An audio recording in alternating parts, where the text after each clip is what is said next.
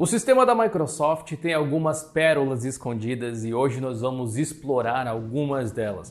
Eu utilizo Linux nos meus computadores pessoais há mais de 10 anos e apesar de eu adorar as distribuições, eu nunca realmente me fechei para a tecnologia.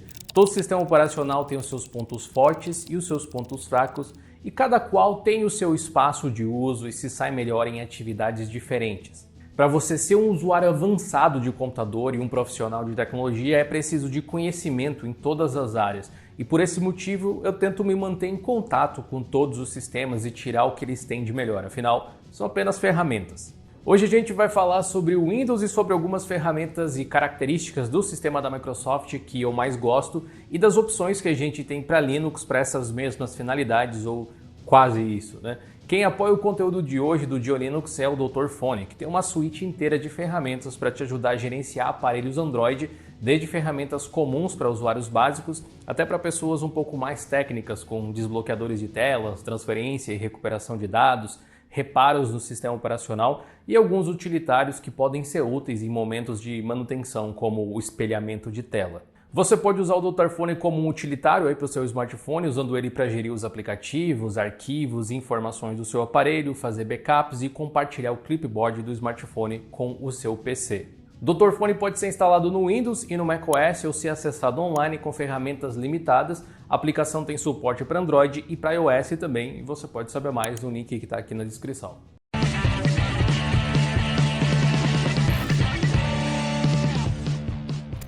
O Windows tem muitas ferramentas legais e extremamente úteis, eu tenho certeza que você consegue listar algumas, inclusive faça isso aqui nos comentários, quais são as ferramentas do Windows que você mais gosta.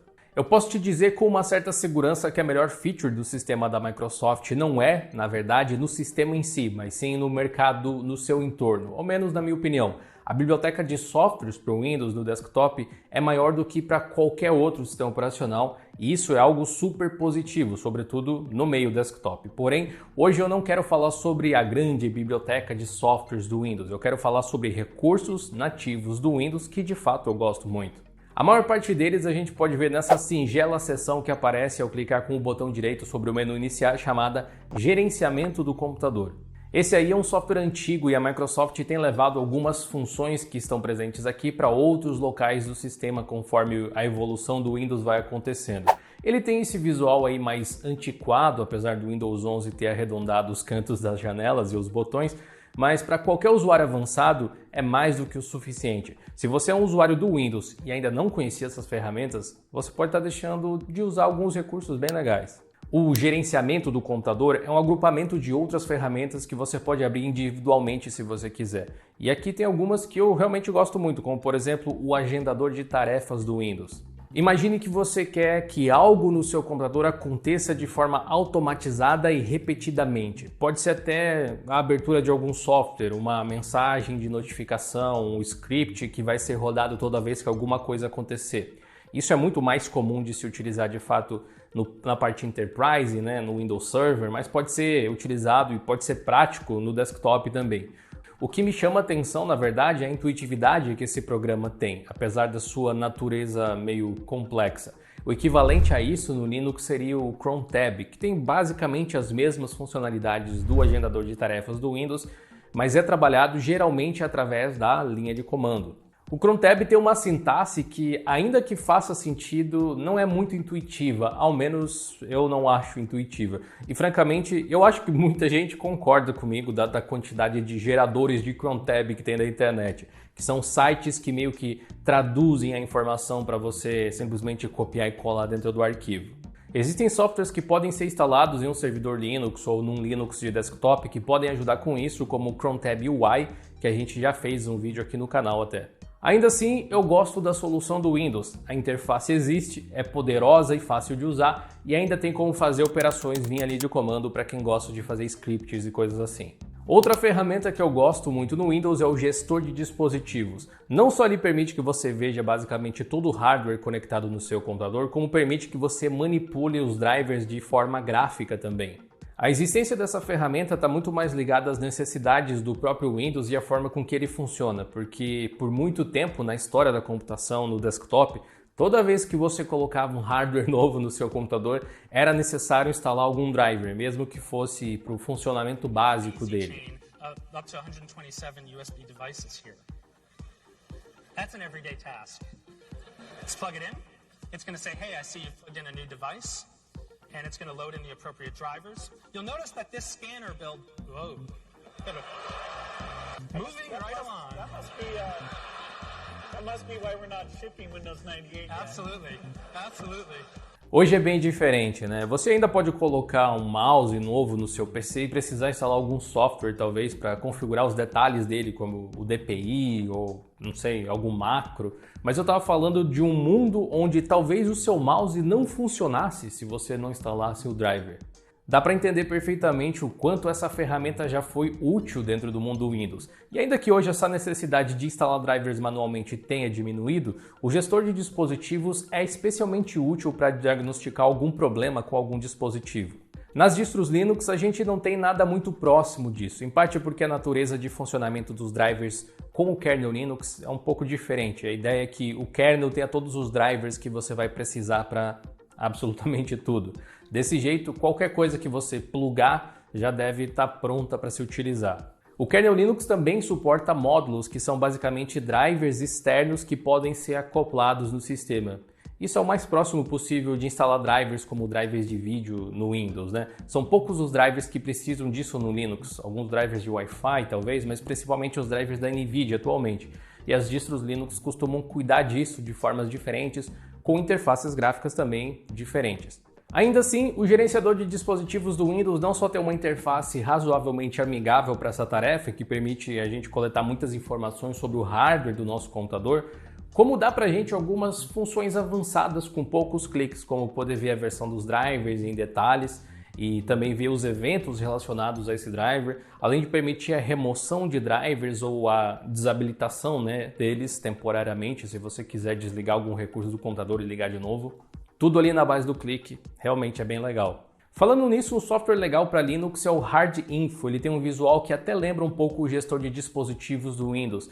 Ele não tem nenhuma dessas funções de manipulação de drivers e tal, mas é ótimo também para coletar informações sobre o hardware do seu computador se você precisar. Ainda aqui no gerenciamento do computador, eu ia falar sobre essa seção ali de serviços e aplicativos, que eu acho ótima, mas eu vi que ele foi movido, pelo menos parcialmente, ali para o gerenciador de tarefas do Windows 11. Então, deixa eu aproveitar para falar dessa aplicação em si. O Task Manager do Windows é um dos programas mais legais para essa finalidade que a gente tem na computação em geral, na minha opinião. Eu acho que o motivo é porque ele simplesmente agrupa muita coisa útil com boas funcionalidades num lugar só, mesmo que ele não seja um aplicativo perfeito. A gente pode começar aqui pelos serviços mesmo, que são processos do sistema que podem estar rodando ou em execução, como você preferir chamar, algo que é facilmente perceptível ali pela coluna de status que ele tem. Por aqui você pode parar ou iniciar processos, reiniciar eles, ver detalhes, que aliás é uma seção à parte hoje em dia no próprio Task Manager, e pesquisar online pelo termo, algo consideravelmente útil. Todo sistema operacional tem algum tipo de processo, O Linux também tem, mas as interfaces mais comuns das distros não costumam ter uma interface para fazer gestão dessas coisas de forma visualmente, de forma gráfica. Geralmente você trabalha com o init system para isso, que nesse caso é o systemd e o seu comando systemctl. Para ser justo, existem sim distros que trazem utilitários de todos os tipos. É possível que você encontre sistemas que têm ferramentas gráficas e alternativas para lidar com tudo isso aí que eu mencionei. Um ótimo exemplo disso é o OpenSUSE ou Regata OS, distro brasileira, que com o YaST permite que a gente gerencie processos e serviços assim com um visual amigável e de forma nativa. É um aplicativo que já vem ali com o sistema operacional. O YaST dá acesso a muitas configurações avançadas de um sistema Linux através de uma interface gráfica amigável. É um software fantástico. O YaST, no entanto, não é algo super popular fora do OpenSUSE e várias outras distros populares não têm nada equivalente a isso nos seus sistemas. Então, eu estou generalizando um pouco aqui. E como diz o poeta, toda generalização é um erro. Existe um programa muito legal chamado Stacer, que é um utilitário que você precisa instalar à parte nas distribuições também, que tem uma seção que permite que você gerencie os serviços e processos do sistema de forma bem intuitiva. Nesse caso, até talvez mais intuitiva do que essa gestão de processos do próprio Windows. Não é como se não existissem softwares monitores do sistema para Linux. Dependendo da interface, eles têm visuais diferentes. Inclusive, esse monitor do sistema que tem no Pop! OS, que é o monitor do GNOME, tem algo legal que o do Windows não tem, que é mostrar o uso de disco dessa forma aí, com os gráficos em barra e tal, com espaço usado, espaço livre, algo que é bem útil. Mas se a gente voltar aqui para o Windows, outra coisa legal que nós temos aqui é o uso de recursos por usuário do computador. Algo que dá para ver no Linux também, mas não é tão bonitinho assim. Os aplicativos de inicialização também é algo que você pode ver ali. Sinceramente, eu não sei se esse é o melhor lugar para colocar alguma coisa desse tipo, até porque eu não consigo adicionar novos aplicativos à inicialização por aqui, mas é uma função legal.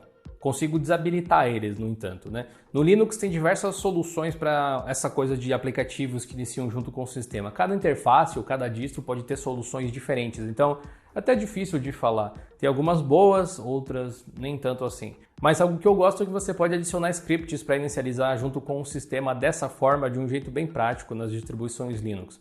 No Windows, uma forma de fazer a configuração de algo que inicia junto com o sistema manualmente é você utilizar um pequeno truque que eu gosto. Abre aí a pasta de aplicações do Windows utilizando o comando shell apps folder, depois abre a pasta startup com o comando shell startup. Essa pasta de aplicações é tipo a pasta de aplicativos do Linux e do macOS. Se você arrastar um ícone de programa dessa pasta para a pasta de startup, um atalho vai ser criado e esse aplicativo vai ser executado ali no boot do sistema. Aqui, por exemplo, eu posso colocar o bloco de notas e a gente pode testar. Eu coloquei ele aqui, a gente reinicia e alguns segundos depois da inicialização, o Notepad vai estar aí aberto. É um truque simples, mas que ainda funciona. Dá para fazer algo parecido no Linux, inclusive, que também tem uma pastinha de startup assim. Se você quiser tirar o bloco de notas da inicialização, é só tirar ele ali daquela pastinha de startup.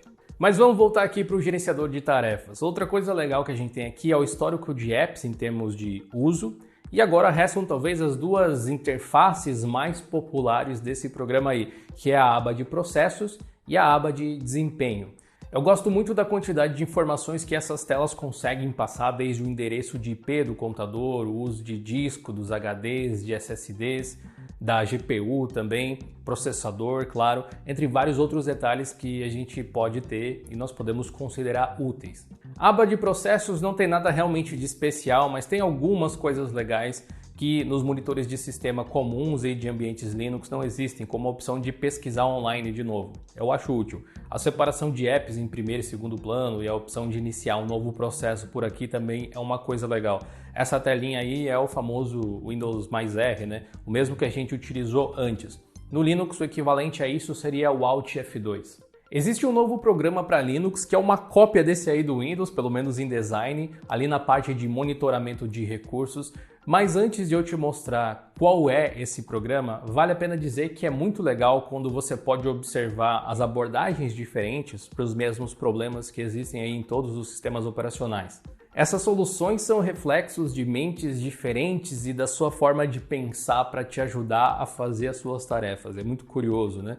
Por conta do nome do canal, GeoLinux, algumas pessoas volta e meia acham que eu deveria odiar o Windows ou alguma coisa assim, o que definitivamente não é o caso. A comunidade GeoLinux é uma celebração ao conhecimento e à tecnologia, não ideologia ou de um único sistema operacional.